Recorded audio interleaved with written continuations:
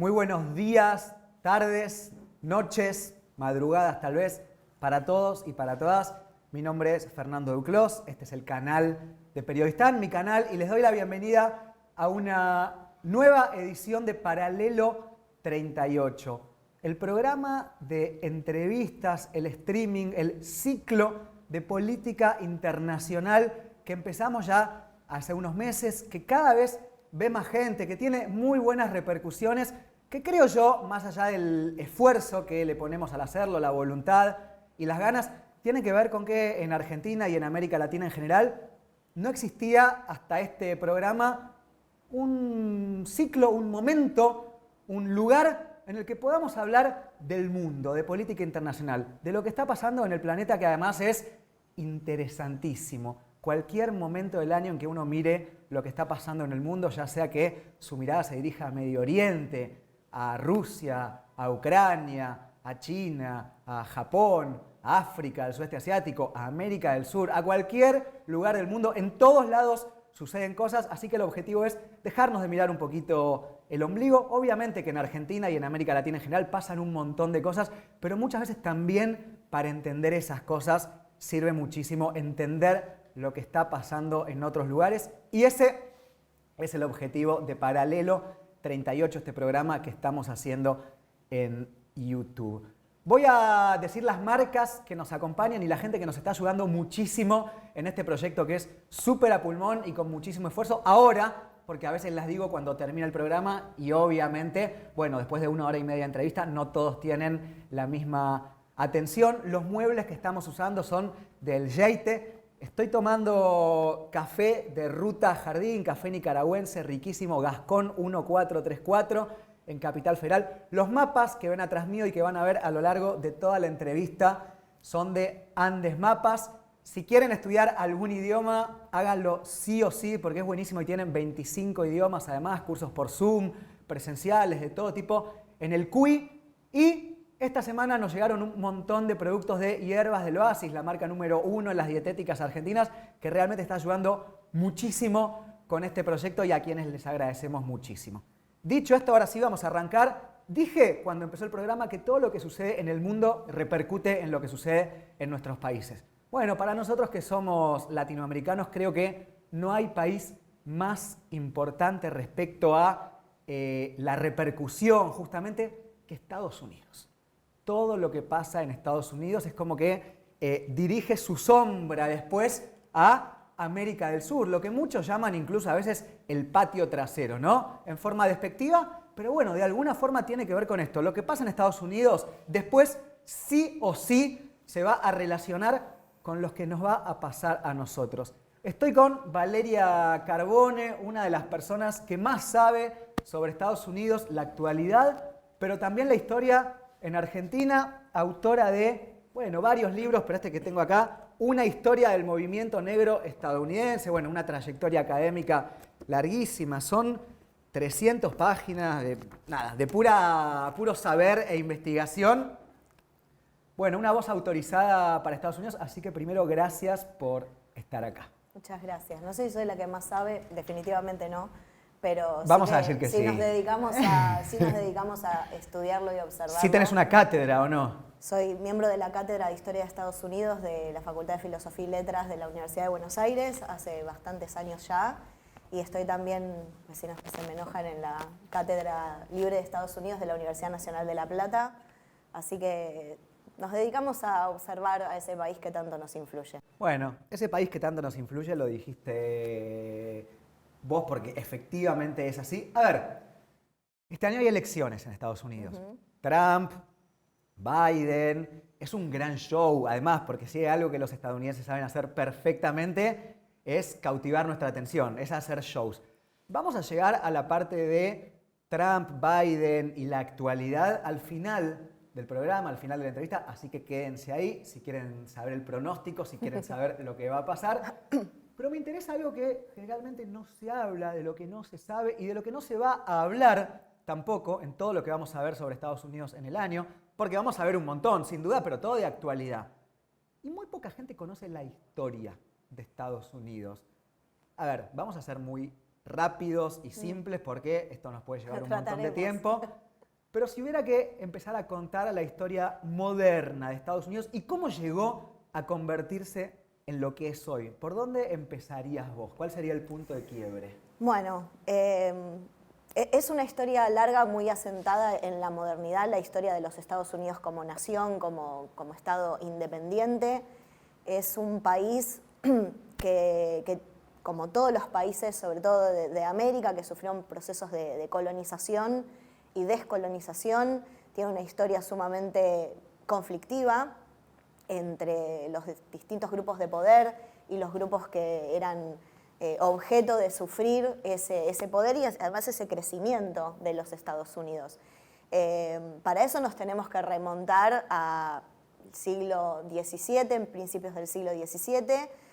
Estados Unidos es un país que, bueno, como todos saben, fue conformado por colonias británicas, asentamientos británicos, las famosas 13 colonias que se asientan en el este de los Estados Unidos, en la parte más del norte, lo que tiene que ver con Virginia, que fue uno de los primeros asentamientos justamente, y de ahí hacia lo que nosotros conocemos como el norte del país, que es Nueva York y Canadá.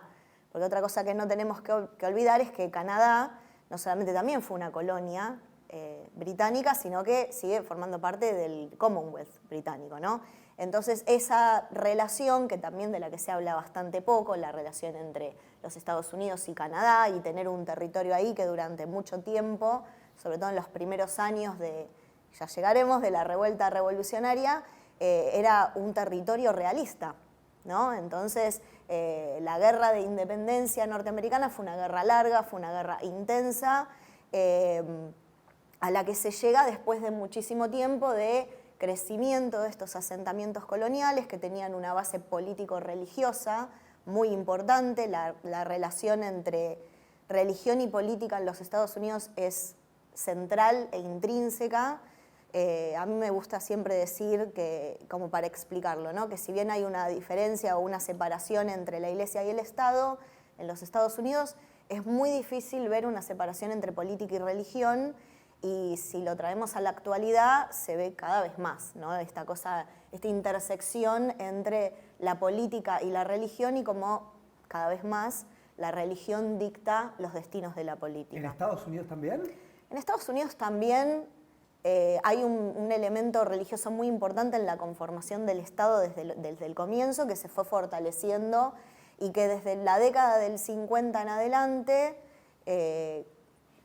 también tiene mucho que ver con la distinción entre esta batalla. Este elemento de la Guerra Fría también fue religioso, ¿no? Con esta idea del comunismo sin religión y sin Estado versus este país intrínsecamente capitalista en donde el elemento religioso sí existía.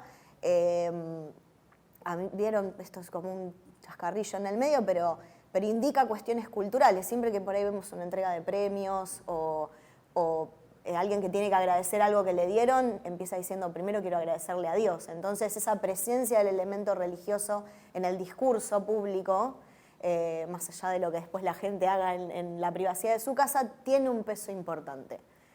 Con lo cual, a ver, para ordenar un poquito Dale. la historia, estamos a principios del siglo XVII, llegan desde Inglaterra, desde Gran Bretaña, desde Irlanda, ¿no? Bueno, diferentes lugares, los primeros habitantes blancos, podemos decir, o europeos a Estados Unidos, y se asientan en el este del país y después van al norte, y era gente muy religiosa, muy puritana, ¿era así? Sí, sí, las primeras colonias que se van conformando tenían un elemento religioso porque básicamente venían emigrando o escapando de Inglaterra debido a la persecución religiosa. Okay. Entonces estos asentamientos coloniales tienen un elemento religioso importante, eran comunidades religiosas las que escapaban, principalmente de Gran Bretaña. Después vamos a ver cómo empieza a aparecer otra migración de otros territorios de la Gran Bretaña, no necesariamente de Inglaterra, como vos decías recién, los irlandeses.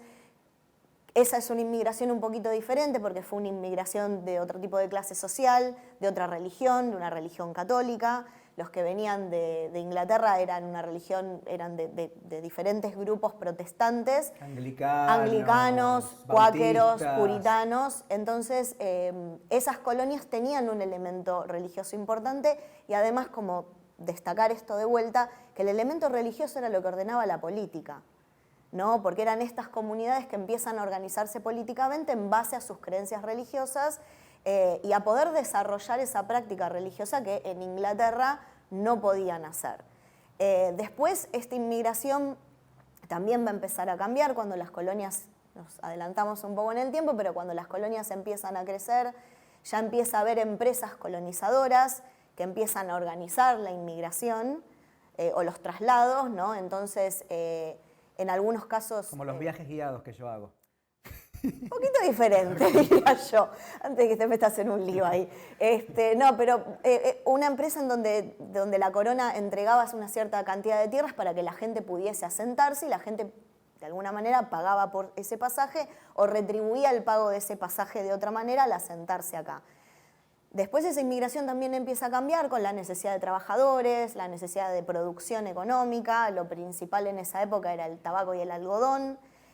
Esa producción, una producción más latifundista, necesitaba mano de obra también barata para poder extraer y producir y que estas colonias crecieran.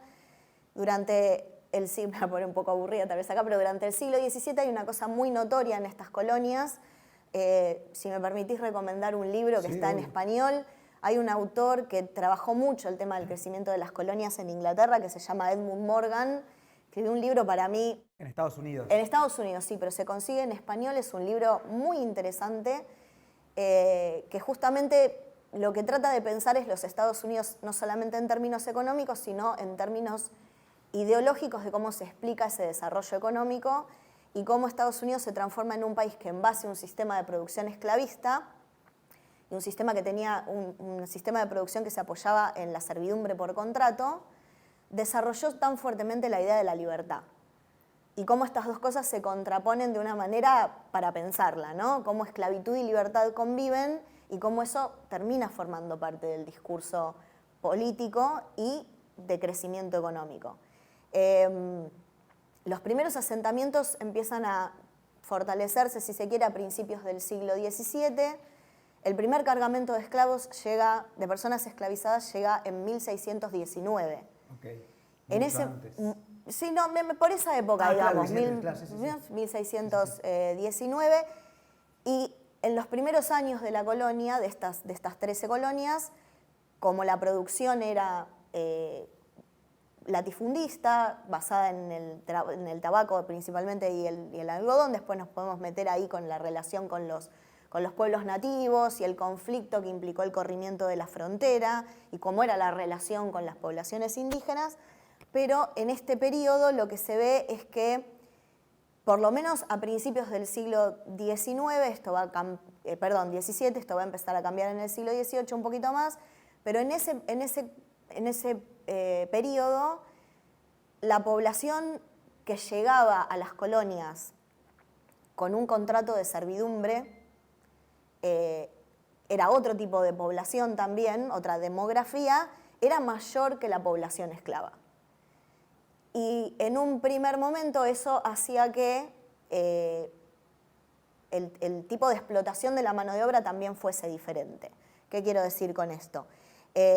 Los siervos por contrato solían ser personas muy jóvenes, ya siendo niños, 5, 6, 7 años, eran enviados desde Inglaterra por diferentes motivos. En algunos casos eran niños huérfanos o niños vagabundos o personas que vendían a sus hijos para obtener un rédito por una cuestión de supervivencia en Inglaterra, una Inglaterra que también tenía una monarquía muy poderosa y muy rica, pero también una población extremadamente pobre. Sectores como irlandeses, escoceses, alemanes, holandeses empiezan a venir a Inglaterra en estos sistemas de servidumbre por contrato. A Estados Unidos, de sistema de servidumbre por contrato. Y si sobrevivían el viaje, después tenían que cumplir una cierta cantidad de años de contrato, que al principio eran 7, después se empezaron a extender, y si vos cumplías ese contrato de trabajo, lo que establecía era que a vos se te entregaba una cierta cantidad de tierra, muy pequeña, y herramientas para trabajar esa tierra. Pasa que ese sistema empieza a encontrar su propio límite con el paso del tiempo, Al principio la expectativa de vida en las colonias era corta, entonces no era mucha la cantidad de gente que recibía estas herramientas para trabajar. Si tu contrato se terminaba a los 14 años porque habías iniciado tu contrato a los 7, se buscaba la forma de que se te extendiera hasta que tuvieses 18, 21, pero este sistema empezó a encontrar sus límites cuando la expectativa de vida empieza a crecer en la colonia y la gente se daba cuenta cómo funcionaba esto, que al finalizar tu contrato ya no recibías esa tierra y que además las tierras que recibías estaban cerca de la frontera, que eran poco fértiles, poco productivas.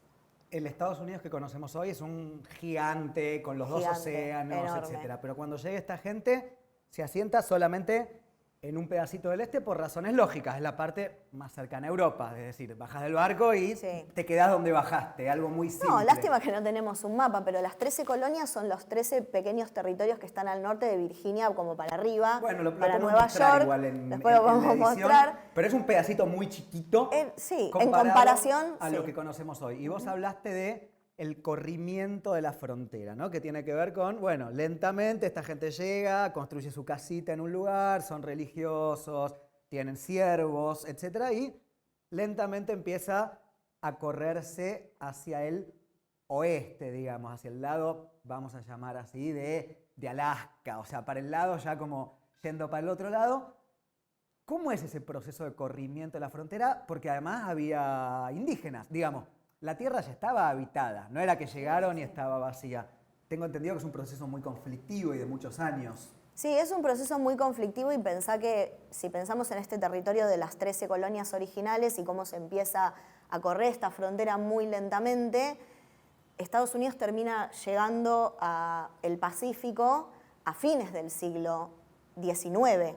O sea, estamos hablando de 3 siglos de corrimiento de la frontera. 300 años de expansión del imperio, digamos. 300 años de expansión hacia el Pacífico, de lo que fue la llamada conquista del oeste, y que además, que esto sí es importante y ojalá encontremos un espacio para desarrollarlo un poquito más, pero que una gran parte de ese territorio pertenecía a México, era territorio mexicano. Y que era territorio de tierras libres, indígena, que después va a pertenecer a México. Alaska pertenecía en ese momento, en esta etapa primigenia a Rusia.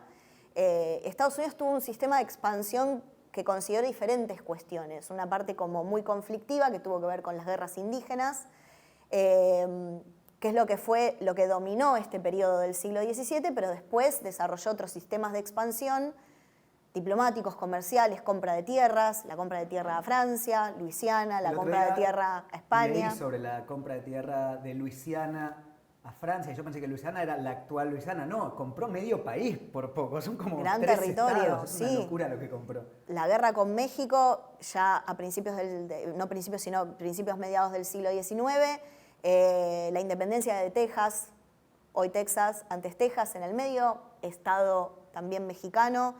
La historia de Texas es muy interesante porque no solamente era una provincia, un estado de México, sino que después, con un conflicto con colonos norteamericanos, colonos ganaderos que se habían asentado ahí, que declaran su independencia. México obviamente no quiere la secesión, Estados Unidos apoya a esos ciudadanos norteamericanos, Texas se independiza, es la estrella solitaria durante unos años y después se incorpora a la Unión y eso abre la puerta a una guerra que hace que, como México termina perdiendo esa guerra, vía Tratado de Guadalupe Hidalgo, todo ese territorio, más de 2 millones de kilómetros cuadrados, pasan a los Estados Unidos. Y eso termina de abrir el territorio y la llegada de los Estados Unidos al Pacífico. Me anticipé de todas formas un sí, poquito nos porque fuimos para adelante. En este momento ya estamos hablando de un Estados Unidos independiente, ¿no? ¿Qué pasa antes justamente? ¿Cómo es la guerra de independencia? A ver, hasta acá donde vemos, llegan los colonos ingleses que todavía reportan a Inglaterra, o decís esto que compran tierras con la corona, etc. En un momento, como sucede en toda América, en realidad, se quieren independizar de Inglaterra. ¿Y qué pasa ahí? Bueno, igual como vos decís, este tema de la compra de tierras es posterior a la independencia, ya hay siglo XIX, pero llega un momento en el cual la relación entre las colonias y la metrópoli empieza a tensarse por diferentes cuestiones. Es muy popular el tema del Tea Party y el tema del Boston Tea Party, el té lanzado al océano y etcétera, pero Contala, así. ahora vamos a llegar a eso. Antes de eso hay un proceso de tensión de relaciones políticas entre la metrópoli y la colonia. Lo voy a decir muy breve, va a sonar como un poco reduccionista para no extendernos en esto, pero tiene que ver con un proceso de centralización política de la metrópoli, ¿no? De empezar a tratar de tener más control sobre lo que pasaba en la colonia, ¿no? Y empiezan a modificar ciertas leyes que tenían que ver con, además de con los impuestos, que termina siendo un tema de tensión importante, pero también con cómo se designaban a determinadas autoridades en la colonia y qué peso político tenían las colonias en el Parlamento británico. Entonces todo esto era un tema de debate y tenía que ver con el tema de autonomía política o centralización política en una metrópolis que era muy lejana, que estaba teniendo sus propios conflictos internos y externos, guerras con otros países europeos, y que además... Que tal vez no se podía ocupar de Estados Unidos de la forma que ellos querían, o... Bueno, nada, quedó un poco librado al azar, no sé. Sí, yo creo igual, creo que tenía que ver con cómo se distribuía el poder, por decirlo de alguna manera, ¿no? Porque en esta época tenemos que pensar que la idea de Estados Unidos versus Inglaterra empieza a gestarse en este momento. Los colonos son colonos británicos. Entonces hay una lucha por el poder político y un reconocimiento de esa cada vez mayor poder, cada vez mayor autonomía y el poderío económico que tenían las colonias y lo que en la colonia se sentía que era como un sector alejado del centro europeo y de los conflictos europeos que a través de los impuestos sostenía a una corona británica muy lejana que no atendía a sus necesidades coloniales, pero que igual usurpaba sus beneficios económicos. Bien. Esa es un poco la raíz de este conflicto que empieza a escalar durante muchísimo tiempo. No es que es automático, sino que pasaron ahí unas ciertas décadas, hasta que llega un momento de tensión. Por eso los historiadores hablamos de proceso revolucionario. Este proceso de tensión crece, hasta que se sanciona en la metrópoli una nueva tanda de impuestos que tenían que ver con el comercio exterior y con el comercio de importación, ¿no? Entonces ahí es cuando se estalla esto que se conoció como el Boston Tea Party, esta negativa de los colonos británicos a continuar pagando impuestos sin tener representación política en el Parlamento. No taxation without representation. No vamos a pagar impuestos hasta que no tengamos representación política. Eso fue un poco lo que se convirtió como en el lema del proceso revolucionario. Obviamente esto era también, si bien hay un proceso revolucionario que es muy popular, porque afectaba a diferentes cuestiones que tenían que ver con el trabajo, un poco también con el debate sobre la esclavitud que empieza en ese momento, y también tiene que ver con el uso que hacen las élites de este conflicto político. La élite que hace la revolución en los estados, en lo que después van a ser los Estados Unidos, eran los que tenían el poder durante el periodo colonial. Entonces ahí también había un interés político de independizarse para continuar ejerciendo ese poder político de una manera más fortalecida y de una manera también más concentrada, y que básicamente los beneficios impositivos no fuesen a la metrópoli, sino que quedaran para ejercer el poder político a nivel local. El Tea Party, entonces, si no me equivoco, es la anécdota que llega un cargamento de té y creo que la puedes seguir vos, que la conoces. Sí, no, bueno, no es que llega un cargamento de té, sino que había un cargamento de té en Boston, en el puerto de Boston, que era uno de los puertos más importantes, como pasó también en su momento en la Argentina con ciudades que concentran la aduana y concentran el comercio. Había ciertos puertos como el puerto de Boston, el puerto de Filadelfia, el puerto de Nueva York que concentraban la salida y entrada de productos. Entonces se empezó a hablar de una nueva tanda de impuestos que eran muy onerosos y los colonos, como ya venían discutiendo esta negativa a negarse a continuar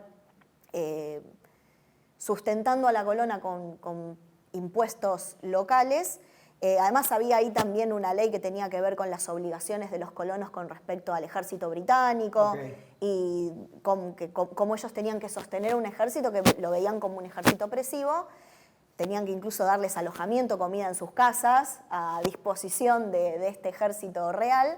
Entonces hacen una suerte de revuelta popular y terminan echando un cargamento de té al río como una cosa simbólica de no vamos a pagar más impuestos, este cargamento no tiene ningún valor porque no vamos a pagar. Es un poco una síntesis de la historia. Es como que ahí es el simbólicamente arranca todo. Digamos como que es el detonante, si querés, de una revuelta que ya se venía gestando desde hace muchísimo tiempo.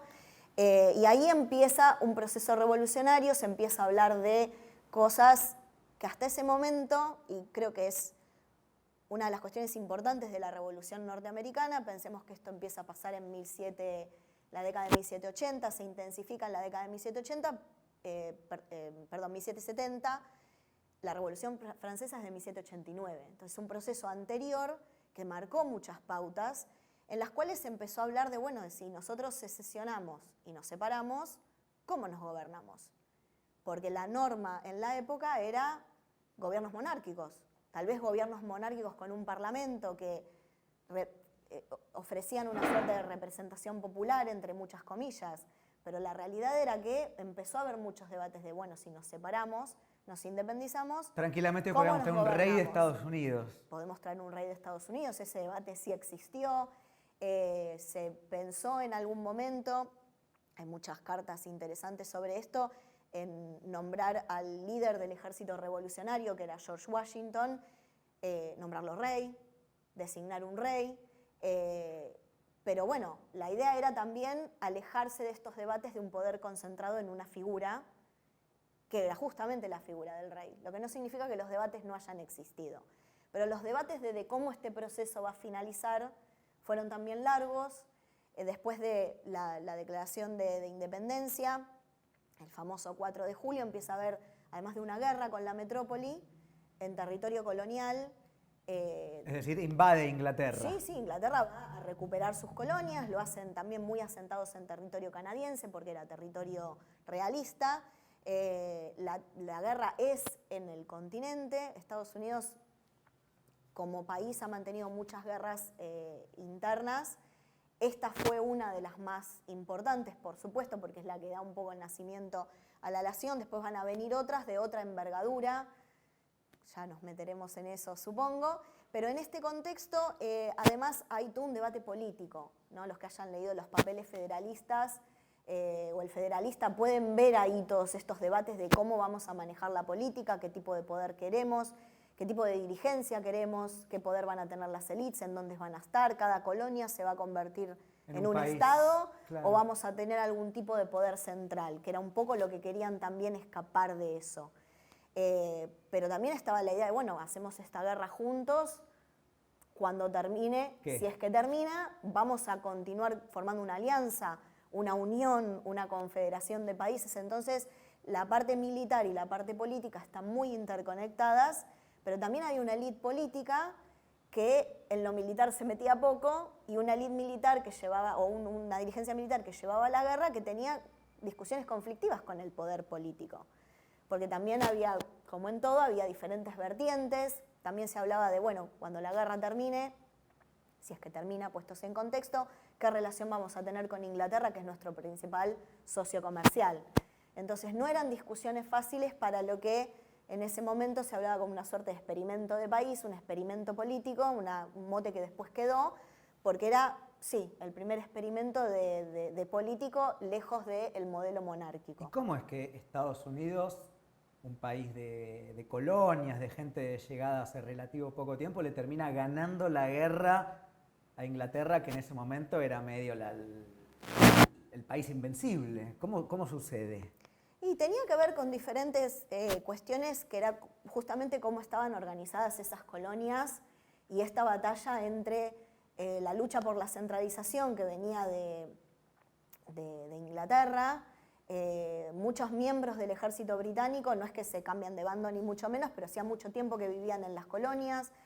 Las colonias tenían sus propias milicias, porque no es que la corona británica necesariamente se encargaba de las cuestiones de la defensa, podríamos pensar hoy. Generalmente, si bien había una organización de un ejército británico, muchas veces el tema de la defensa de la frontera recaía en las propias colonias. y ese corrimiento de las fronteras en muchos casos también estuvo a cargo de estas milicias que se fueron populares. Sí, que se fueron ¿no? además entrenando en el terreno. Que se fueron entrenando en el terreno, que además empezaron a conseguir armamento para esta guerra también en el terreno. El tema de el fortalecimiento económico de la colonia y de dónde salía el dinero para sustentar las guerras británicas. Bueno, este dinero ahora estaba concentrado en este lugar para la defensa de este territorio que estaban luchando por que recordemos era una economía todavía basada en la esclavitud y la servidumbre. En una economía ya en este periodo está enteramente casi basada en el sistema de producción esclavista. Okay.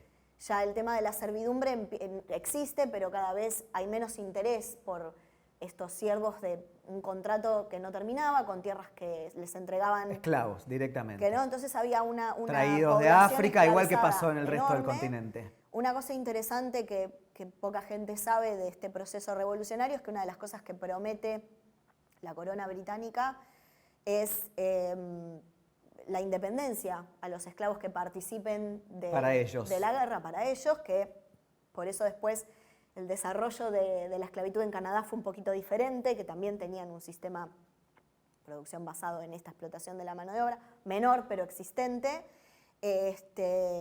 Y también el tema de la circulación de la información, ¿no? Las personas esclavizadas estaban en territorio rural, el control de la información estaba en las urbes, en donde también existían personas esclavizadas, pero que transitaban el mundo de la explotación de otra manera. Había muchos marineros, muchas personas que ven un interés en que este proceso termine exitosamente. Fue un proceso muy interesante. Algunos autores hablan de un proceso revolucionario y después un proceso contrarrevolucionario, que es una idea muy interesante también porque se habla de todo lo que se le promete al pueblo en este proceso por la independencia y qué es lo que pasa después cuando se habla de la política, se habla del voto, se habla de cómo vamos a elegir a nuestras autoridades y cómo va a continuar este sistema económico, y ahí se habla de una contrarrevolución, ¿no? Hay muchos historiadores que dicen que fue un proceso. Hay uno que es muy interesante, se llama Herbert Hapteker, que habla de una revolución conservadora, que dice lo que básicamente sucedió en Estados Unidos fue un proceso revolucionario para sostener a las mismas élites políticas coloniales. Solamente que ahora independientes. Ahora independientes. Pero sigue más o menos la misma estructura. Y acá me detengo. A ver, un paréntesis o una suerte de explicación de cómo vamos hasta ahora. Sí, aprovechamos que cambiamos batería. Dale, listo. Yo dije que hablaba mucho. Bien.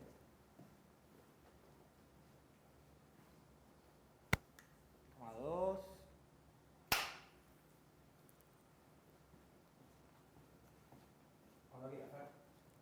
Tenemos como resumen un territorio amplísimo al que llegan a inicios del siglo XVII unos peregrinos desde Inglaterra, muy religiosos, se asientan, triunfan, podemos decirlo económicamente, logran quedarse, prosperan, con un sistema de trabajo basado primero en la servidumbre, como dijiste, niños incluso vendidos por sus padres que cruzan el Océano Atlántico. Después ya ese sistema se convierte en esclavitud, en un momento con ya gente traída de otros lugares, ¿no? África principalmente. Después esta misma gente, de tanto que prospera, en un momento quiere independizarse, tiene sus propios intereses, no quiere opresión impositiva, etcétera, política de la colonia de Inglaterra, igual que pasa en el resto del continente. Bueno, hay una guerra, se independiza. Al mismo tiempo, un proceso más o menos contiguo, creo, es el corrimiento de la frontera. Esta gente que estaba en el este, en 13 colonias, como dijiste vos, una partecita chiquita, lentamente empieza a ganar más territorio. Tengo entendido que el territorio de los Estados Unidos, en el centro al menos, es más inhóspito, ¿no? Digo, hablando de geografía, lo que uno diría, esta cosa de los granjeros. ¿Cómo es en ese sentido geográficamente esa expansión que va corriendo a los indígenas, ¿no? De los apalaches, los sioux? ¿Eso se puede incluso hablar como de genocidio o es más bien una guerra que van ganando, bueno, los colonos? No, acá se habló de la conquista del desierto, digamos, ¿no? Esta idea de que estos territorios están vacíos. De hecho, hay un relato histórico muy de mediados del siglo XX, de la historiografía norteamericana más decimonónica, que incluso lo pinta un poco de esa manera, ¿no? Como que los norteamericanos son este modelo de país en donde son todos de clase media por el tema del acceso a la tierra. El acceso a la tierra que han tenido estos pioneros que participaron del avance sobre el oeste. Pero eso también es un relato, este territorio no estaba vacío. Como los westerns, ¿no? Llega el cowboy, Exacto. abre la taberna. Exacto, el modelo del western lo explica bastante bien. Para los que estén mirando que pertenezcan a otra generación, también es un poco el modelo de la familia Ingalls el que se ha prosperado, ¿no? Esto de que el avance con la carreta, el asentamiento en un lugar en donde no hay ningún tipo de organización política y la relación con los indios es conflictiva, pero están siempre en otro lugar, digamos, ¿no? Entonces hay un derecho de asentamiento y a partir de estos derechos de asentamiento y de avance se empiezan a crear ciudades y se empiezan a crear sistemas políticos y cuando aparece un Estado, muy reduccionista la explicación, pero cuando se forma un Estado se pide la incorporación a la Unión. Entonces el avance hacia el oeste ha sido de esa manera, un poco pensado como más desde el lado de grupos, incluso de grupos empresarios para hacer esta peregrinación hacia el oeste. Se necesitaba un cierto capital. Claro, no es que podía hacerlo cualquiera. Entonces hay empresas que se encargan de estas cosas. La carreta y la comida, intereses y la medicina, ferroviarios, claro. intereses ferroviarios. Entonces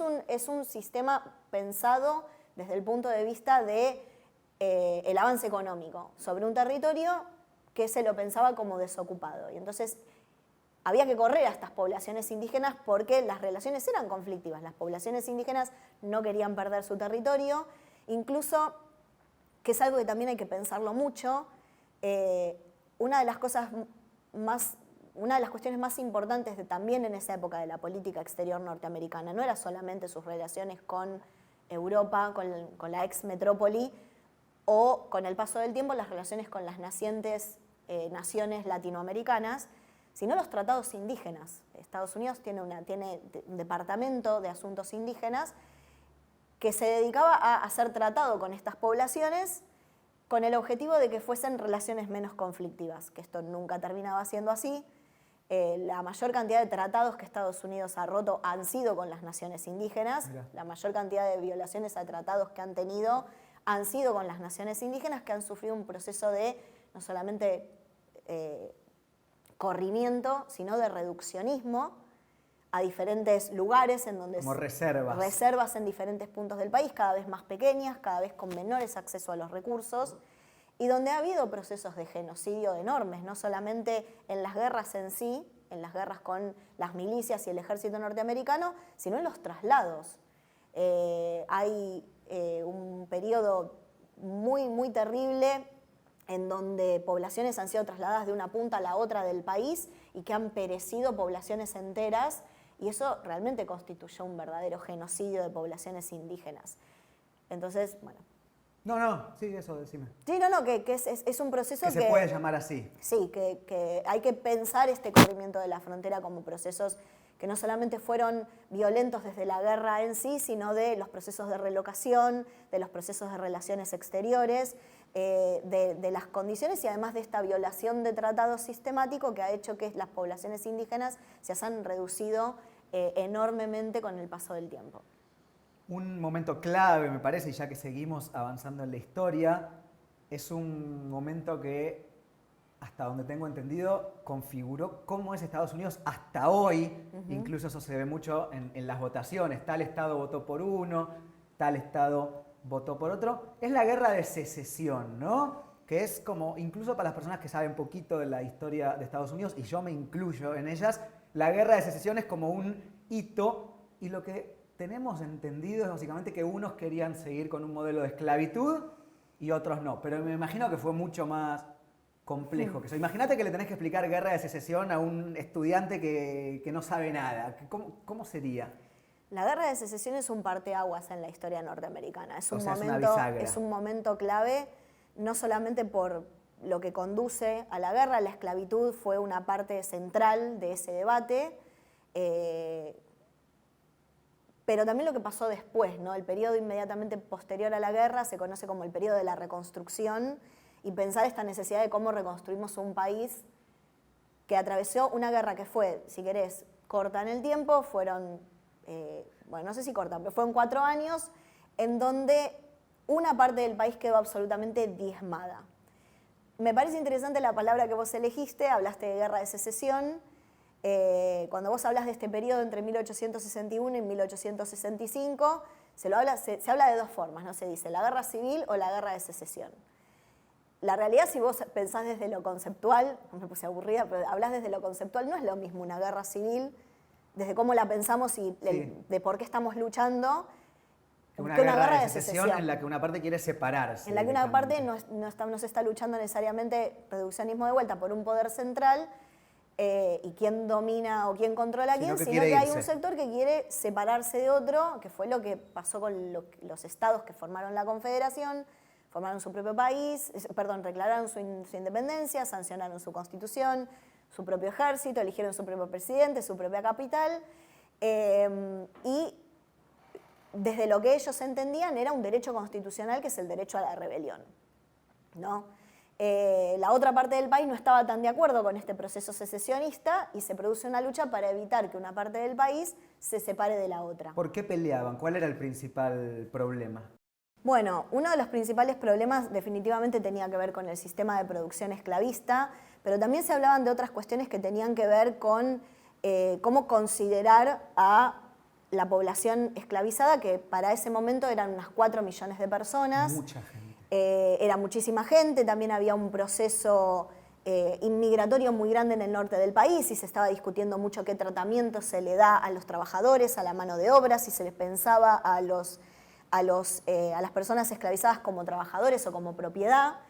En la década de 1850, la Corte Suprema de los Estados Unidos sentencia que las personas esclavizadas no eran consideradas personas jurídicas, que no tenían derecho a ser considerados como personas jurídicas, y esto también afectaba a una población afrodescendiente, pero que era libre. Se calcula que en los Estados Unidos durante, más, menos, más, pero durante todo el periodo esclavista, un 10% de la población negra era libre, pero no tenía ningún tipo de derecho político, no podían acceder a la noción de derecho de ciudadanía. Nada.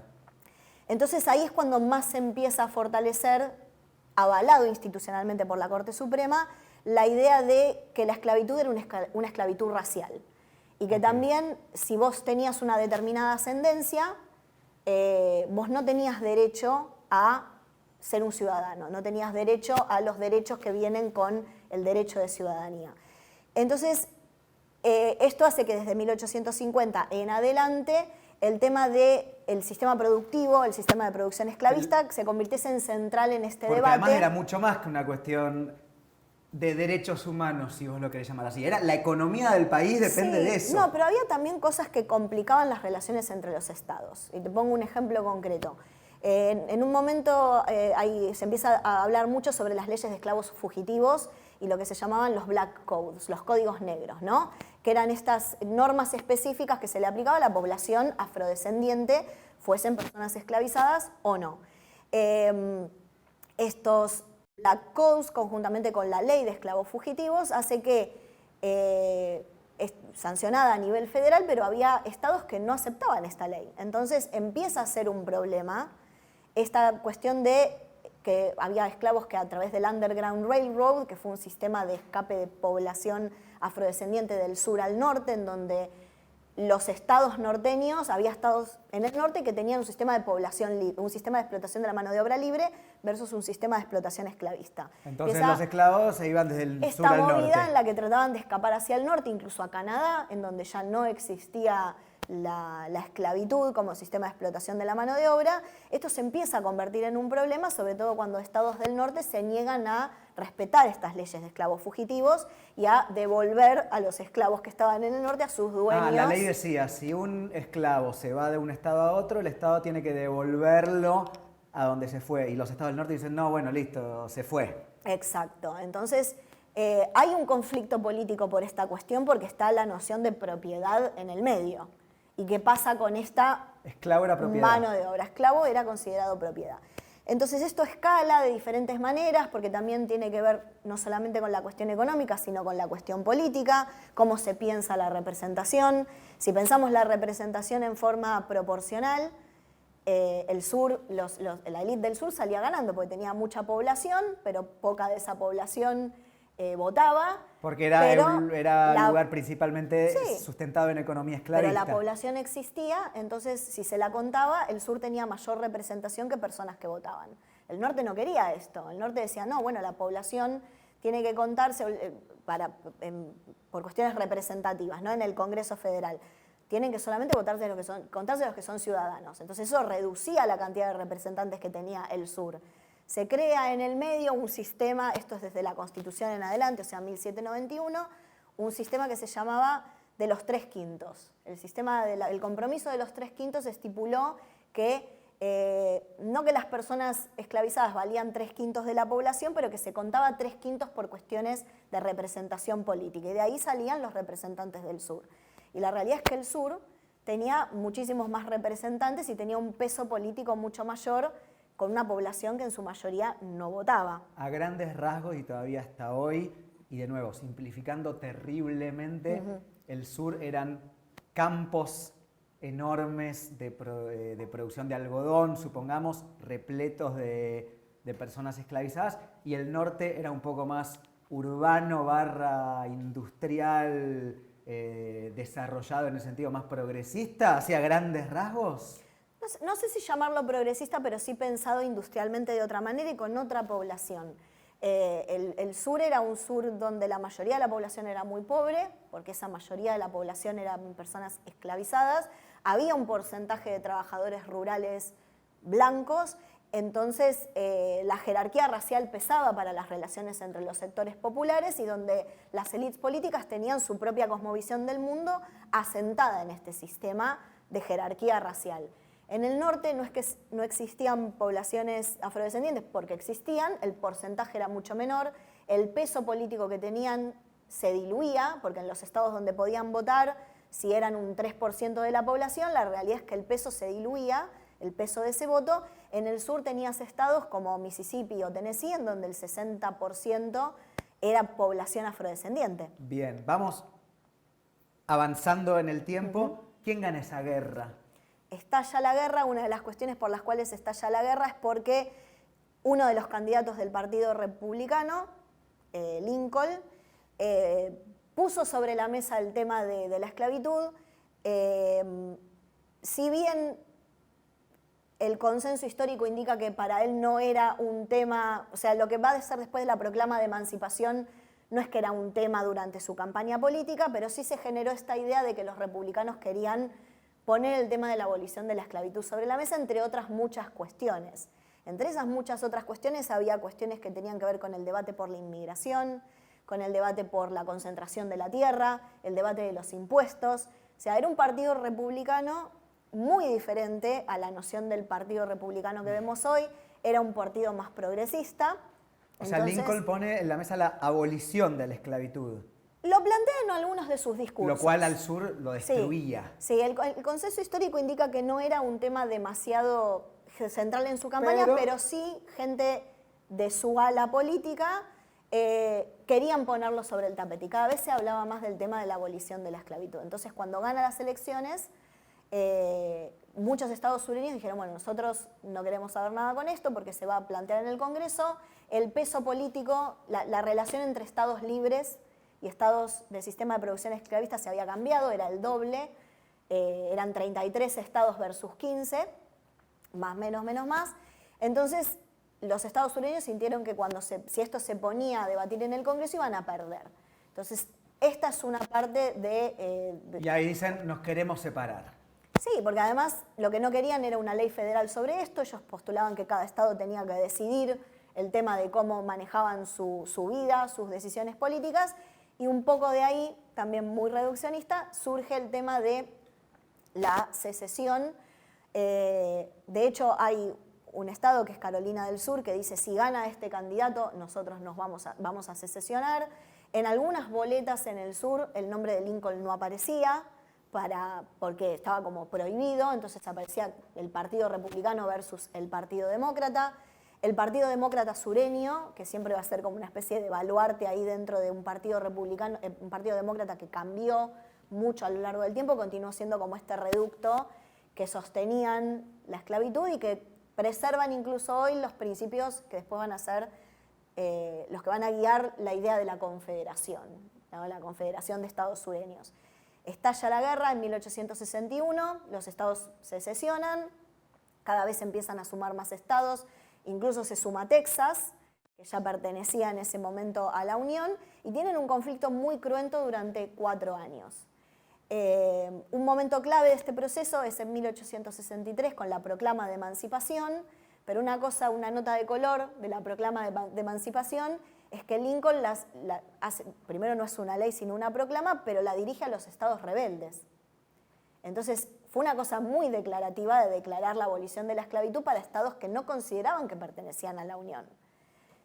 Lo que se dice es que era una estrategia político-militar para que si esta información llegaba al sur y a los reductos sureños, hubiese como una suerte de revuelta de población esclavizada que postulasen huir hacia el norte. Pero no se abolió en un principio la esclavitud en los pocos estados esclavistas que todavía pertenecían a la Unión. Finalmente, bueno, gana el Estados Unidos que conocemos hoy, que no es esclavista, básicamente porque, bueno, se acaba al menos nominalmente la esclavitud en el mundo. Voy a agarrar un tema que llega hasta hoy. Vos hablas de demócratas y republicanos. Y a todos los que nos interesa Estados Unidos, o a los que solamente ven las elecciones cuando son, nos sorprende que siempre hay solamente 2 partidos, demócrata, republicano. ¿Por qué en Estados Unidos no hay otros partidos que al menos compitan con fuerza, con posibilidades reales en las elecciones? ¿Cómo fue que se dio este quiebre medio en 2 de la sociedad políticamente? Si volvemos al principio de la historia norteamericana y estos debates sobre el sistema político norteamericano, los padres fundadores tenían una idea sobre los partidos políticos que era bastante negativa, de la misma manera que tenían una idea bastante negativa de la idea de democracia. Creían que las facciones eran malas para el consenso político, para los acuerdos, y si bien eso después, obviamente, la realidad del tiempo político hace que empiecen a surgir los partidos políticos, estos también fueron cambiando, pero por cómo estaba diseñada la política norteamericana, era una cuestión de una política muy concentrada en diferentes figuras que negociaban el poder. De hecho, los primeros 2 gobiernos había un presidente de una facción y un vicepresidente de la otra, ¿no? Eso, si bien duró poco, digamos, eso como también estaba pensado de esa manera. Trump, Michelle Obama.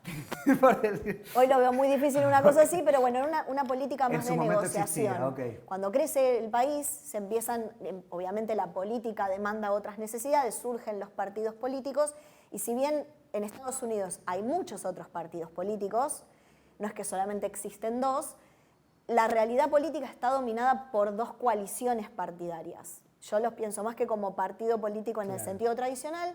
Son coaliciones partidarias en donde hay de todo en cada partido. Vos tenés dentro de los republicanos personas que están más tiradas al centro y que simpatizan con ciertas ideas más progresistas que tienen que ver con derechos de las minorías, cuestiones reproductivas, y tenés un núcleo sumamente tirado a la derecha, ultraconservador, sumamente religioso, y dentro del Partido Demócrata, que se lo piensa como el ala más progresista, si querés hoy por hoy, que eso también habría que discutirlo, tenés un sector que durante muchísimo tiempo resguardó a estos demócratas sureños que creían en los principios de la Confederación y estaban metidos ahí en el Partido Republicano. Los esclavistas. Los partidos se dieron, reduccionismo de vuelta, pero se dieron un poco vuelta en un momento.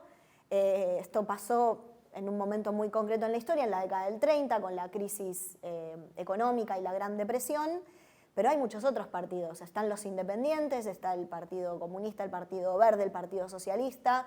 Una época de auge del Partido Socialista fue la década de 1910, 1920, en donde llegaron a tener un candidato a presidente, Eugene Debs, que hizo una de sus campañas políticas, que tuvo varias, la hizo desde la cárcel, porque era un preso político, donde obtuvo muchos millones de votos. Si bien no ganó la elección y que entró cuarto en la elección, sí sacó muchos Imagínate el votos Partido de la Socialista clase ganando hoy las trabajadora. elecciones en Estados Unidos. Pero bueno, yo lo pienso de esa manera. De hecho, una figura muy importante de la política actual es Bernie Sanders. Él está dentro de la coalición demócrata en lo que hace a votar ciertas cuestiones, pero él se identifica como un independiente. Es un senador por el Partido Independiente. Pero bueno, la realidad política norteamericana... Sí, que estuvo muy cerca de ser candidato demócrata en las últimas elecciones. Sí, pero bueno, ahí es creo un buen ejemplo del peso de estas dos coaliciones, que no solamente es un peso político, sino un peso económico. Hay una cuestión que tiene que ver con la capacidad de recaudación de fondos y de proyección política a nivel nacional y local, que hace que vos puedas sentar agenda dentro de un partido con más arrastre que por ahí postulándote como un candidato del Partido Independiente. No es que yo esté de acuerdo necesariamente con esa apreciación, pero hubo ciertos terceros partidos en la historia norteamericana que tuvieron una proyección importante. El Partido Progresista fue uno a principios del siglo XX y de hecho el Partido Republicano es un tercer partido que logra romper este bipartidismo pensado de otra manera, ¿no? En su momento estaban los hamiltonianos y los jeffersonianos, y hacia 1850 surge este partido republicano dentro de lo que era el Free Soil Party, el partido de la tierra libre, y rompió este bipartidismo y se convirtió en un partido de proyección nacional.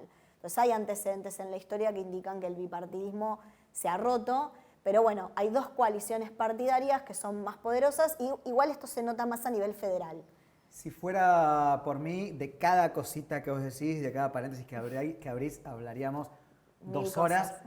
Pero el tiempo avanza y quiero llegar hasta la actualidad.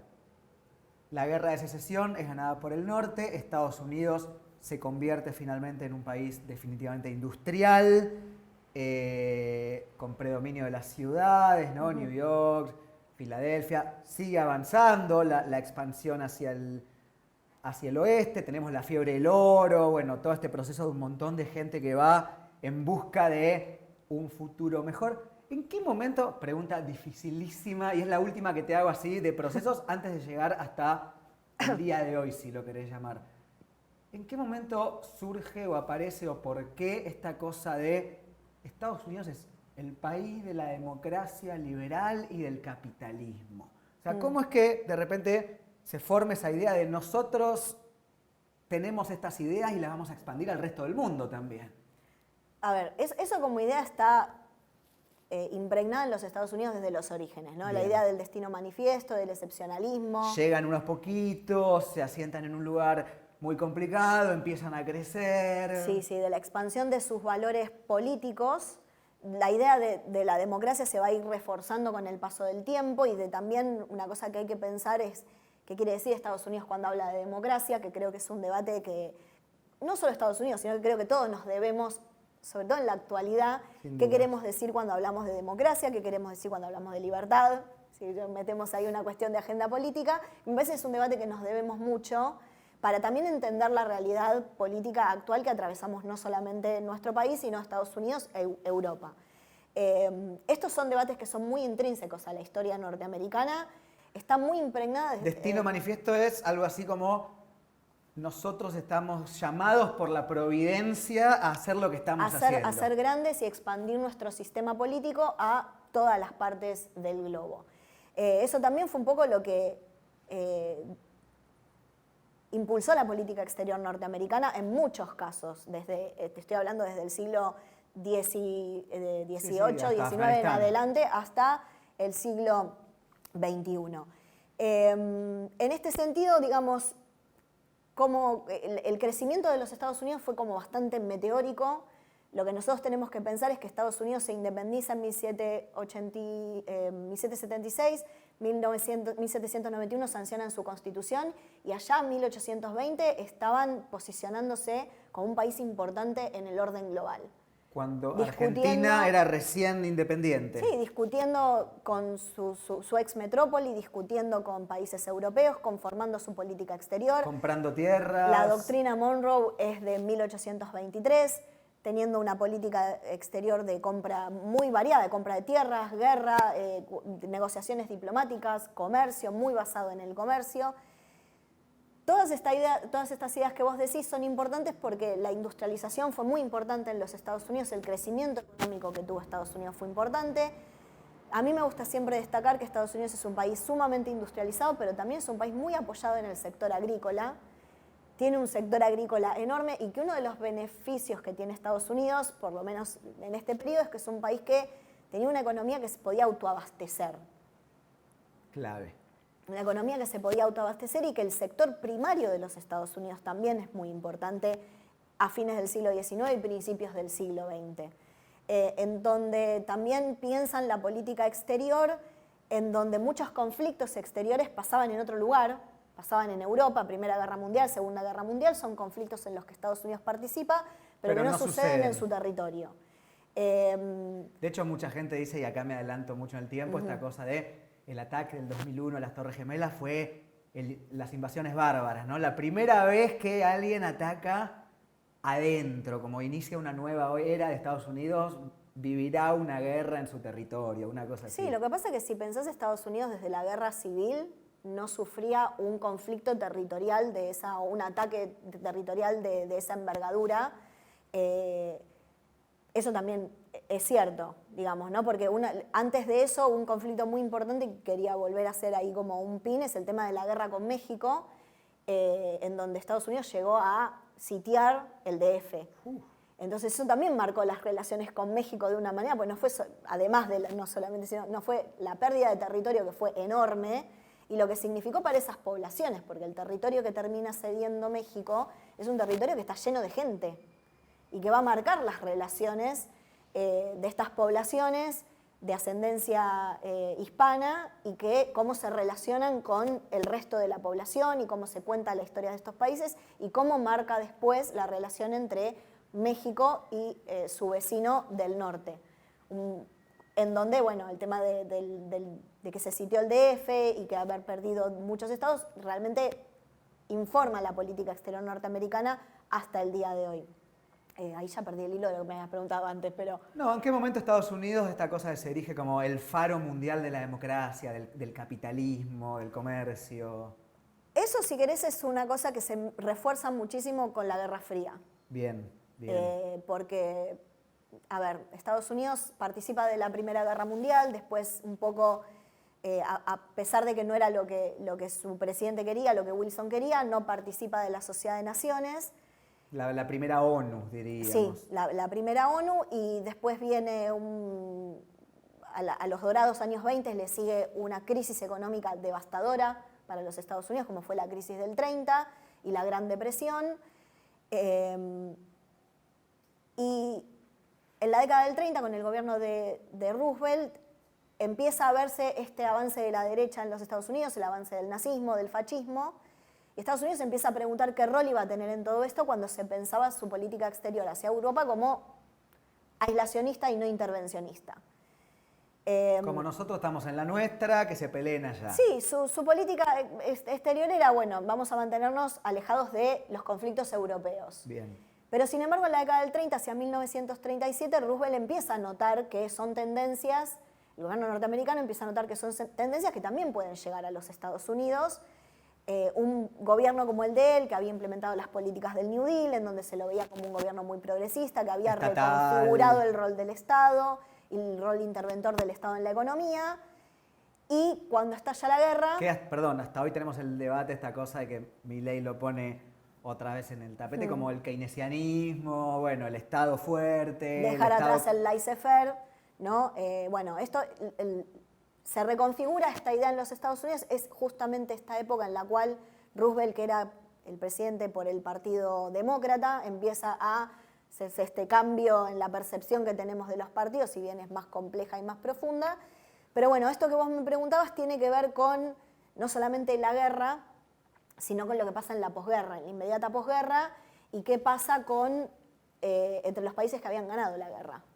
No tanto los que habían perdido, si se quiere. Estados Unidos se convierte en el país que a través del Plan Marshall y las ayudas económicas permite de a poco la reconstrucción de Europa con sus condiciones, pero bueno, también había una potencia económica La Unión que tenía Soviética. un sistema económico determinado y por el otro lado los que habían sido los aliados en la guerra, que eran la Unión Soviética y Estados Unidos, que recordemos estaban del lado de los aliados. ¿Qué pasa con estas dos potencias en el periodo de la posguerra?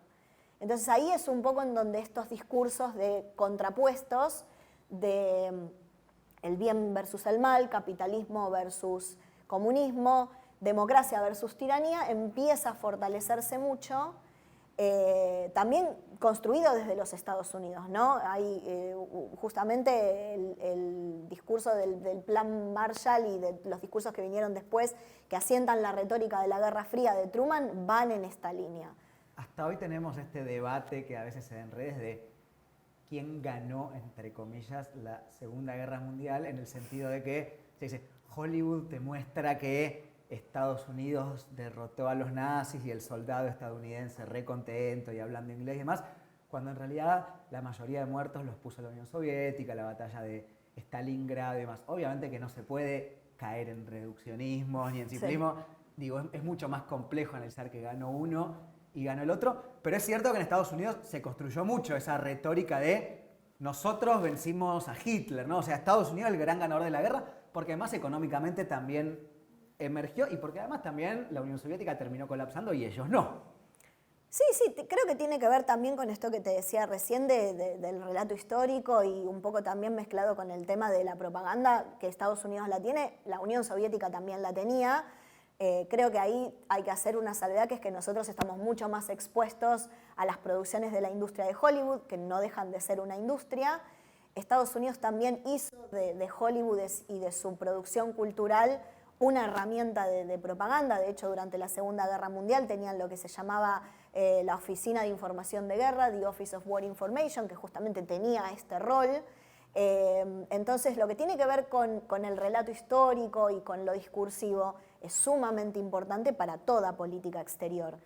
Ahí siempre los historiadores tenemos este debate que siempre es muy interesante de ver el huevo o la gallina, ¿viste? Se define la política exterior y después creamos una narrativa, o está la narrativa y la política exterior. Y generalmente son las dos al mismo tiempo. Sí, pero tiene que ver con intereses nacionales, tiene que ver con seguridad nacional, o cómo ellos piensan la seguridad nacional.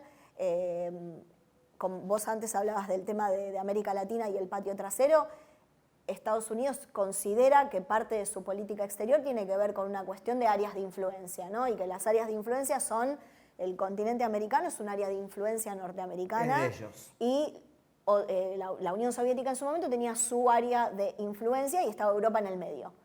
Entonces ahí sí, obviamente toda parte de la política exterior tiene que ver con solidificar una narrativa, y esta cosa del versus, del bien contra el mal, o esta cosa de cuestiones contrapuestas, comunismo versus capitalismo, fue lo que se refuerza mucho durante la Guerra Fría, pero no fue solamente en política exterior, también pasó a nivel interno. Estados Unidos tuvo su proceso de macartismo, sus listas negras.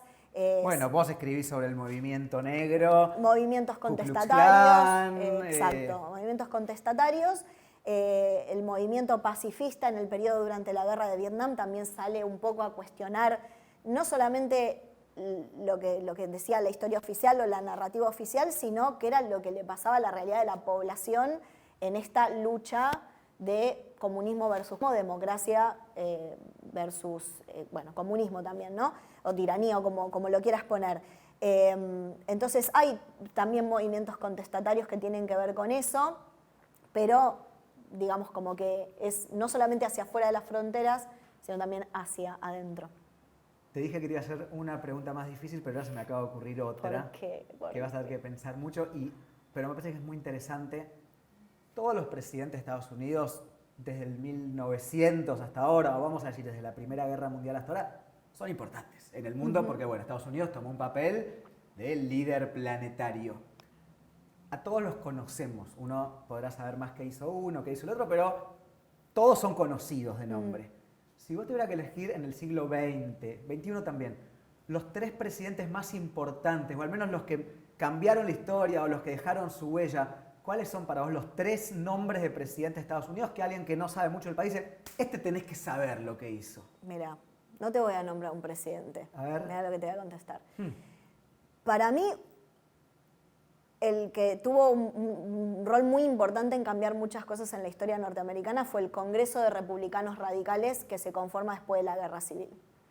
O sea, estamos hablando Estamos ya de... fines del siglo, sí, segunda mitad del siglo XIX, después de la Guerra Civil, cuando la Unión le gana la guerra a la Confederación.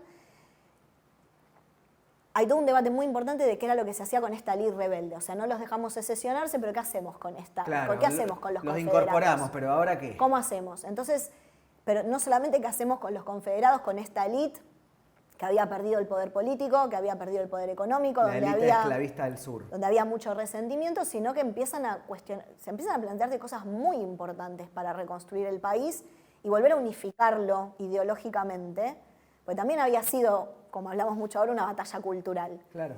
Entonces se empieza a hablar de, bueno, ahora estos 4 millones de personas que habían estado esclavizadas, ¿cómo las consideramos? ¿Qué herramientas les damos? Porque van a incorporarse a un mercado de trabajo, no tienen educación, no tienen recursos, no tienen capital. Y eran 4 millones. Ahora son ciudadanos. Entonces empieza a haber debates de cuál es el rol del Estado en la reconstrucción, qué obligaciones tiene el Estado para los derechos que se les va a otorgar a estas personas, cómo se reeduca a la población blanca, cómo le permitís a una persona que trabajó en condiciones de esclavitud que se incorpore a un mercado laboral, que aprenda a negociar un contrato, que aprenda a negociar un salario. Entonces empieza a hablarse del rol del Estado de otra manera y empiezan a crearse agencias e instituciones y estos republicanos radicales empiezan a sancionar un montón de leyes para hacer que esto fuera posible. Y cambian para siempre la fisonomía del país. Intentaron. La realidad es que lo que permitió este Congreso Radical y todas estas agencias que creó y que empezaron a crear distintas instituciones en el sur para permitir esto y reconstruir el sur y a la población dentro de él. Y se hablaba de otorgarle tierras a las personas que habían estado esclavizadas, de darles educación política, de permitirles votar. Hay un historiador norteamericano que se llama Eric Foner que dice, fue un experimento verdaderamente democrático que por desgracia terminó 2 décadas después. Pero esto fue permitido por este Congreso Radical que hizo una labor impresionante y que, por desgracia, muchas de estas leyes que ellos sancionaron fueron descontinuadas en pos de la reconciliación nacional. Claro. Pero elegiría eso antes que por ahí un presidente. Bueno, pará, igual te me voy a vas a obligar. hacer contestarte. En el siglo XX, incluso puedes elegir a, no sé, a Kissinger, alguien que no haya sido presidente, a X. Okay. En el siglo XX, si vos tuvieras que decir las 2 o 3 personalidades de la política norteamericana que decís, bueno, esta gente, lo que vemos que Estados Unidos es hoy es porque pasó esto. Te puedo contestar por lo positivo y por lo negativo, Dale, sí. digamos, ¿no? Pero me parece que Franklin Delano Roosevelt tuvo una presidencia muy larga, fue electo presidente 4 veces, que es algo que también hay una imagen de cuánto periodo debe gobernar un presidente en los Estados Unidos que es también posterior. Tenía vocación de poder real. Sí, no, pero además fue un presidente que gobernó en un periodo muy conflictivo de la historia norteamericana, en una crisis económica sumamente profunda que, como decíamos recién, un poco empieza a replantear el rol del Estado, que replantea también su relación con los sectores populares. Después, obviamente, están los debates de si fue lo suficientemente lejos o no, pero en ese contexto permitió repensar ciertas cosas su propuesta del New Deal, si bien y en eso también hay un consenso, lo que termina sacando a los Estados Unidos de la depresión no es el New Deal, sino la guerra, irónicamente. Claro. Sí inició toda una discusión sobre el rol del Estado y sobre políticas sociales desde otro lugar, en un contexto del laissez-faire y donde se hablaba del keynesianismo en otros términos, ¿no? Y donde la mayoría de los estados pensaban el rol que tenían interventor en la economía desde otro lugar. Y después, a partir de la década del 50, cuando Estados Unidos vuelve a repensar su rol interventor en política exterior a nivel global, porque Estados Unidos tuvo un rol interventor en América Latina muy fuerte antes, a nivel global se reconfigura con la década del 50, te diría que el Departamento de Estado se fortalece muchísimo y personajes como los que vos decías recién, Henry Kissinger, fueron vitales para todas las guerras que tuvo Estados Unidos y las narrativas sobre la guerra que tuvo Estados Unidos. A nivel de política doméstica te diría que Herbert Hoover, el director del FBI, fue central para reconfigurar lo que tenía que ver con coacción y represión interna, lo que pasó con estos movimientos sociales como el movimiento negro, los movimientos de los trabajadores y la lectura que se hacía de estos movimientos que buscaban expandir, adquirir y defender derechos. Y ahí ya te dije 3. Bien. ¿Qué papel, sin darnos cuenta, nos fuimos metiendo en la actualidad? Digo, a ver, como te dije, cada pregunta abre mil. A mí me gustaría, por ejemplo, preguntarte sobre Luther King o Malcolm X y cosas que vos sos especialista. De hecho, te voy a preguntar antes de entrar en Trump. Ok. Porque sí, o sea, ¿cuál fue el papel que jugó ese movimiento rebelde, si lo querés llamar de alguna forma, del Black Power, bueno, las negritudes en Estados Unidos, ya que hablaste de Hoover? Sí, otro momento de quiebre, digamos. Ahí, Ok. si querés pensar grandes cosas en la historia norteamericana, tenés la Revolución de Independencia, Guerra de Secesión. la guerra de secesión / guerra civil, con el tema de la emancipación como central. Expansión. ¿No? Sí, el tema de cómo crece territorialmente los Estados Unidos y cómo configura ese poder. El movimiento por los derechos civiles es otro momento clave en la historia norteamericana, porque volvió a cambiar la configuración de los Estados Unidos, porque transformó o empezó a transformar, o es el objetivo que tenía, un sistema de segregación racial. Que seguía existiendo. Legal y que fue el que inspiró el sistema, por ejemplo, del apartheid sudafricano, ¿no? Porque era un sistema que no solamente era legal, sino que tenía su racionalidad ideológica detrás. Y que el objetivo de este movimiento empieza siendo desmembrar ese sistema de segregación racial. Desde la guerra civil, la población afrodescendiente de los Estados Unidos tenía derecho al voto, pero no lo podía ejercer. Eso se logra a partir de 1963, con primero 1963-64, 64 con el acta, con la ley de derechos civiles y en el 65 con la ley de derecho al voto. ¿Cómo que no lo podía ejercer? O sea, había muchísimas restricciones en este sistema de segregación racial.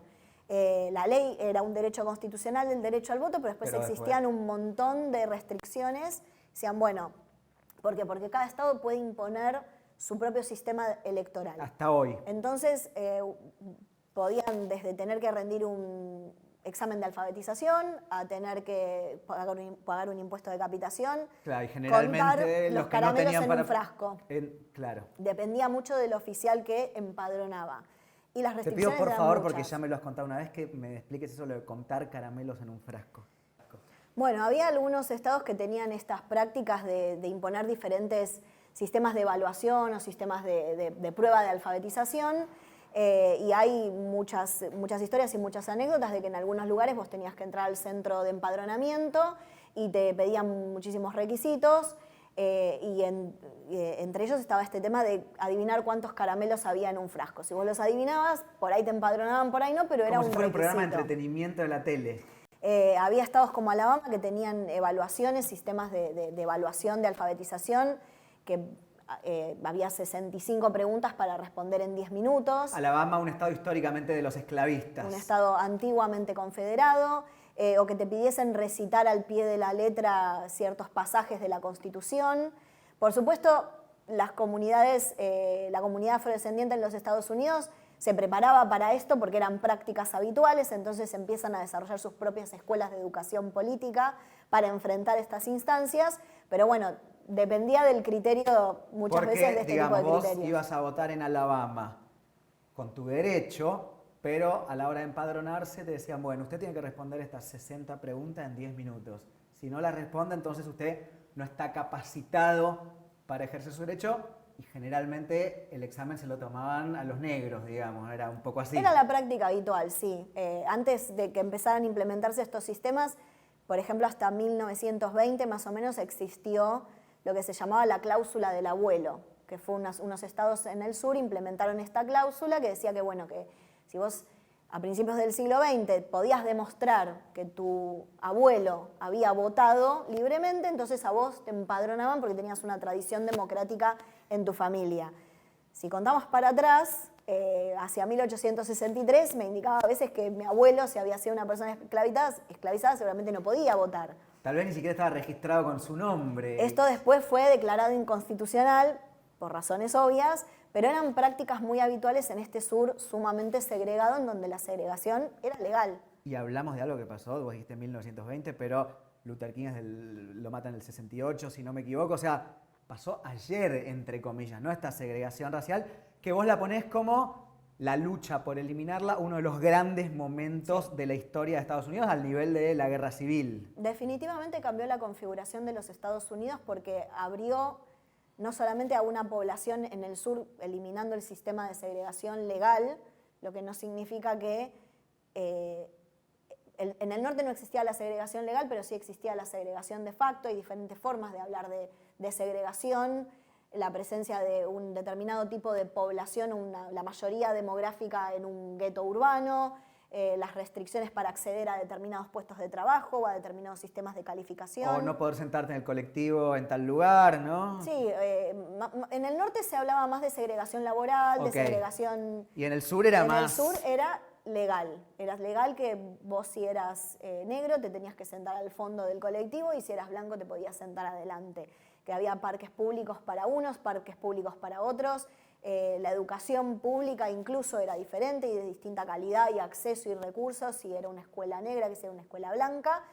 Esto es lo que viene a desmembrar el movimiento por los derechos civiles, pone en primer plano el tema primero del acceso al poder político, nuevamente, sobre todo en estados en donde el 60 o el 70% de la población era afrodescendiente. Claro. Lo que no significa después que eso transforme automáticamente la realidad política, porque si no tenés derechos políticos, probablemente tampoco tengas representantes políticos. Entonces, una vez que tenés el derecho al voto, que esto fue uno de los primeros grandes reclamos post ley de derechos civiles y ley de derecho al voto, era, bueno, ahora necesitamos candidatos, porque si no vamos a seguir votando a los mismos representantes que sostienen este sistema. Entonces, el movimiento no solamente desmembró un sistema de segregación legal, con sino partes, que, además, mucho más terribles como Ku Klux Klan, grupos totalmente, paramilitares. grupos de odio que se siguen desarrollando y proliferando muchísimo en los Estados Unidos. De hecho, en los últimos 10 años hay indicadores que muestran que han crecido muchísimo los grupos de odio en los Estados Unidos, y que uno de los momentos que marcan como clave fue la elección de Barack Obama para despuntar ese crecimiento nuevamente. Entonces, este movimiento que se impulsa en la década del 50, porque obviamente ya existía, también se fue transformando, ¿no? Vos hablabas de Black Power, del poder negro hace un poco, eso también fue parte de este movimiento, en donde, además de hablar de cuestiones de derechos políticos, se decía, bueno, además hay que hablar de las cuestiones económicas, de nuestra situación en la sociedad, de nuestra identidad cultural, de nuestra reivindicación racial, nuestra identidad racial. Entonces, de la mano con eso, hay una reacción conservadora también, con el avance del conservadurismo, del neoliberalismo y de esta reacción de una sociedad que busca preservar esta transformación del statu quo. Si vos te pones a pensar, con diferentes formas, es el mismo debate que tenía en los momentos de la guerra de secesión. Sí, totalmente, y que seguimos, digamos que seguimos teniendo. Siempre la forma que yo tengo como de graficarlo es que a todos los grandes momentos de cambio social en los Estados Unidos relacionados con derechos de minorías, particularmente relacionados con el problema racial, siguió una época de reacción conservadora. Ya fuese el momento de la emancipación, vino este periodo de reconstrucción que yo te decía antes, eso desapareció, se instaura el sistema de segregación racial conocido como Jim Crow. Eso se desmembra un siglo después, porque estamos hablando de un siglo después, y viene una reacción conservadora con Nixon, la ley y el orden, después Reagan y el avance de la nueva derecha religiosa, que apuntaban a esto, los ataques a lo que se llama affirmative action en Estados Unidos, acción afirmativa, y el tercer periodo es la elección de Obama y lo que culturalmente eso implicó. Sí, más allá de lo que Obama hizo política o económicamente, Exacto. era una persona negra gobernando Estados Unidos, que 50 años antes tal vez no podía ni sentarse en el colectivo. El impacto cultural de la Es presidencia Obama impresionante. es enorme en los Estados Unidos.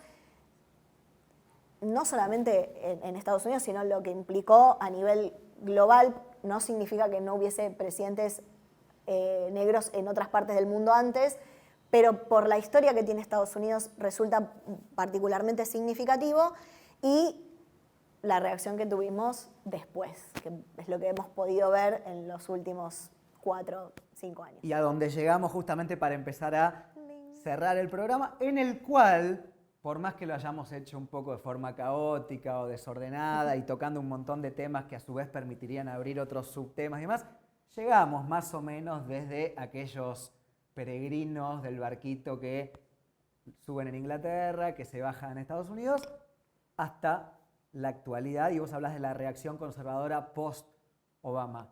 ¿Qué papel jugó, jugará? ¿Quién es Donald Trump en la política estadounidense? ¿Quién es Donald Trump en la política estadounidense? Esa es una pregunta interesante. Yo creo que es un personaje que más que el germen es un síntoma más, digamos. Es un síntoma de un proceso que se viene gestando de antes.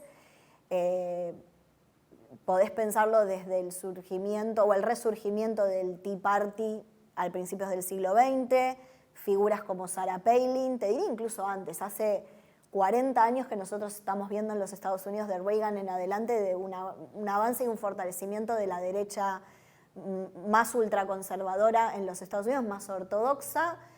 Nuevamente se pone sobre el tapete el elemento religioso y la cuestión de la identidad cultural, esta cuestión de blancos anglosajones protestantes, ultradefensores del sistema capitalista, es como lo que está en el corazón de esto. Les recomiendo un libro de una colega que se llama Ana Boquicchio, que se llama Cruzados de Dios, que explica muy bien parte de este proceso y además lo explica de forma muy interesante. Y yo creo que Trump es un síntoma de algo que se viene gestando en principio hace 40 años y que se fortalece desde hace 20 con el encumbramiento en la cúpula del Partido Republicano de estos sectores, en donde hay una reacción a los procesos de cambio social que se produjeron o que se empezaron a producir en la década del 60, que no fueron solamente relacionados con el movimiento por los derechos civiles. El movimiento por los derechos civiles es importante porque es el que abre la puerta a, pero también tienen que ver con el feminismo, Vietnam, el rol de la mujer en la sociedad, los derechos reproductivos, la ley que estuvo, perdón, no fue una ley, sino una sentencia de la Corte Suprema, Roe versus Wade, desde la década del 70. Estamos todavía con ese tema y él se jacta mucho de ser el que permitió eliminar ese antecedente, esa sentencia. Incluso te diría cosas que planteó en esa época el movimiento ecologista y el rol que Trump propone sobre el cambio climático. O sea, son todos debates que fueron producto de los movimientos sociales de los 60 y que seguimos cuestionando las modificaciones en el statu quo que estos movimientos tuvieron, y que ahora lo que estamos viendo es que el cuestionamiento se transformó en una reversión institucional. De las leyes que se habían logrado están siendo cuestionadas, eliminadas, revisadas en todos estos aspectos, desde cuestiones económicas, cuestiones de acceso, te diría desde no solo derechos reproductivos, sino si hablas de las cuestiones de acción afirmativa para revertir el acceso que han tenido, por ejemplo, las poblaciones afrodescendientes en los Estados Unidos a ciertos sectores. Pero lo loco es que incluso hasta pareciera que se pone en cuestión el valor de la democracia, tan fundante para Estados Unidos, esta cosa de fraude, yo en realidad gané, pero me engañaron. Bueno, y finalmente los más radicales seguidores que terminan entrando al Congreso, ¿no? Una cosa que uno jamás pensó que podía haber en Estados Unidos. Que Estados Unidos está atravesando en este momento una crisis de representatividad y de legitimidad al mismo tiempo, porque hay cuestionamientos en diferentes planos. Cuestionamientos al sistema electoral ha habido siempre por la complejidad que tiene el sistema en sí mismo y desde la forma de votar hasta te diría prácticas como el gerrymandering, que tiene que ver con la manipulación de distritos electorales, que también es legal en los Estados Unidos. Cada 10 años hay un censo y ahí hay un redibujo de los distritos electorales que afecta la forma de las votaciones. Porque no es por cantidad de personas, sino por quién gana cada distrito. Pero sí es muy interesante de ver este tema del cuestionamiento a la legitimidad del proceso electoral. Que yo te diría que una de las primeras evidencias de que esto era un tema de debate tuvo que ver cuando se comprobó que hubo fraude electoral en la elección del 2000 con George Bush, que fue un fraude electoral comprobado en Florida, en el estado que además estaba gobernado por su hermano Jeb Bush. Entonces creo que a partir de ese momento a la actualidad, pasando por la cuestión de la importancia de Barack Obama en el medio y los cuestionamientos que hay un movimiento en Estados Unidos que se llama el movimiento del Birther Movement, que cuestionan el derecho de Obama a haberse presentado como candidato a presidente porque dicen que no es norteamericano, que su padre es keniata, que él nació en Kenia, que nació en Hawái, y qué sé yo, bueno, y que él no tiene derecho porque no es verdaderamente norteamericano y las veces que le pidieron el certificado de nacimiento y qué sé yo. Entonces hay todo un cuestionamiento a la dirigencia política, a los presidentes, que tuvo su eclosión en no solamente el 6 de enero, y con esto cierro, sino con un Trump que, habiendo perdido el voto popular en su primera elección, ganando el colegio electoral, pero perdiendo el voto popular, él postula que ganó. Entonces él ahí cuestiona la misma elección que lo lleva ahí a él al poder.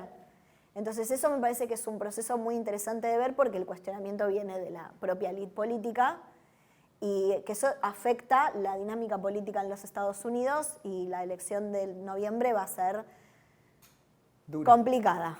Sé que no se puede hacer futurología, es imposible y la historia, por suerte, siempre nos sorprende.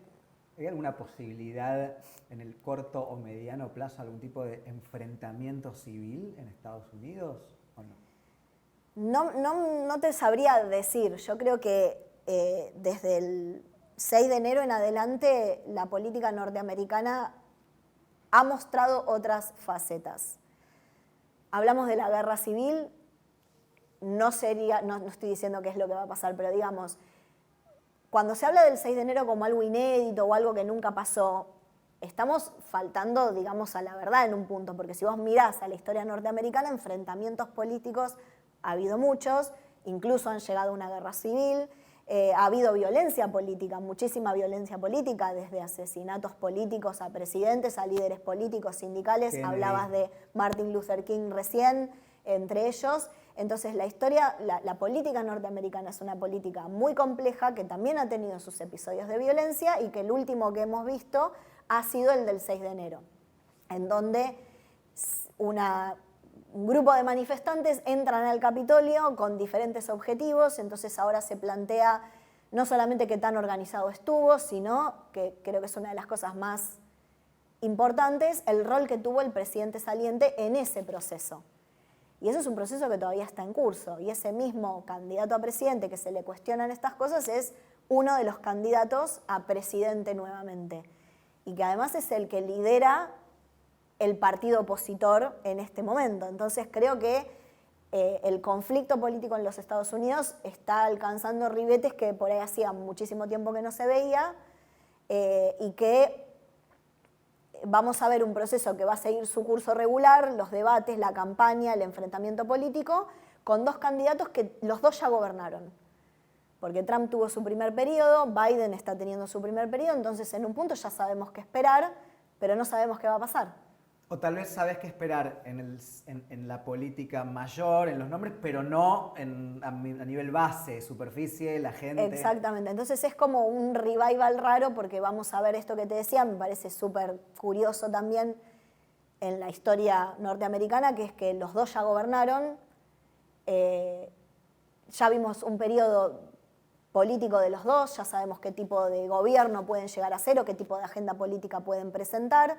En el medio un traspaso de poder sumamente complicado, cuestionado, con violencia política, con un Congreso que tuvo un rol muy peculiar ahí también, donde se cuestiona ciertas figuras del Congreso, donde hay un ala radical dentro del Partido Republicano que, si bien es minoritaria, es la que está dominando la agenda del partido, y donde los dos candidatos son sumamente cuestionados los dos y tienen apoyos populares muy particulares, pero son los que dominan el debate político, ¿no? Si se habla de todo, se habla de su edad, del tipo de políticas que pueden tener, de sus vicepresidentes. Sí, de Sin que Biden embargo, incluso se dice como que no está en sus facultades, etcétera. Pero ha sido el que ha liderado la primaria. Pasa lo mismo con Trump, un candidato sumamente cuestionado, muy polémico, pero es el que ha ganado la primaria en este ciclo electoral. Entonces creo que estamos viendo un proceso interesante de la política norteamericana y para noviembre falta mucho, pero también falta poco. ¿Y si tuvieras que apostar? Me dedico a otra cosa. Me dedico a otra cosa. Hago análisis sin apostar. ¿Viste apostarías que va a estar peleado. Viste que las encuestas tienen sí. sus mediciones y están fallando también. Entonces creo que, más allá de la respuesta o no, me parece que hay muchas cosas a considerar y creo que todavía, como te decía recién, falta poco, pero falta mucho. Pueden pasar muchísimas cosas. La política norteamericana tiene, en este momento, si bien está ahí la campaña presidencial está sucediendo, también los dos candidatos tienen procesos políticos y penales y legislativos que van a influir en la elección y en los debates. Donald Trump está con un juicio político por diversas cuestiones que tienen que ver con acoso sexual y el 6 de enero lo están acusando de insurrección. Y por otro lado, el Partido Republicano le quiere hacer un impeachment a Biden y están tratando ahí en el Congreso de que eso avance. Entonces, realmente puede pasar. O sea, vamos a apostar de que va a ser divertido. Apostemos a llegar a noviembre. Bien. Va a pasar, pero vamos a esperar. Bueno, Vale, gracias por el tiempo, por la clase, por el aprendizaje. De nuevo, algo caótico porque la historia es así, pero llegamos desde el inicio de Estados Unidos hasta qué va a pasar ahora en noviembre. Yo creo que vamos a tener más programas de Estados Unidos a medida que la fecha se acerque, que ya todo el mundo esté hablando del tema de las elecciones. Así que bueno, muchas gracias. No, gracias a vos. La próxima vengo con un PowerPoint. Me parece perfecto. La próxima hacemos un debate con más gente, particularmente sobre las elecciones en Estados Unidos. Y bueno, como les dije, muchas gracias por haber estado ahí. Esto lo estamos haciendo con mucho esfuerzo, con muchas ganas, con la gente de Muñeco TV. Al principio, cuando dije los diferentes auspiciantes, me faltó el más importante, que no es auspiciante, porque en realidad es parte de este proyecto que es Muñeco, que es donde se filma el programa y quienes, bueno, están haciendo que esto sea posible. Así que, bueno, muchas gracias por haber estado ahí. Ya saben, todo ayuda, como siempre digo, suscribirse, like, elogio, crítica, compartir, contarle a tus amigos, a tus amigas. Este canal acaba de empezar, está creciendo muy rápido. Pero bueno, todavía falta un montón y el objetivo en última instancia es que cada vez haya más gente para enriquecer al debate, para que sirva, para que ustedes aprendan, para que las discusiones puedan ser mejores, también para mejorar en el sentido de la discusión pública en nuestro país. Así que bueno, muchas gracias por haber estado ahí y nos vemos en el próximo capítulo.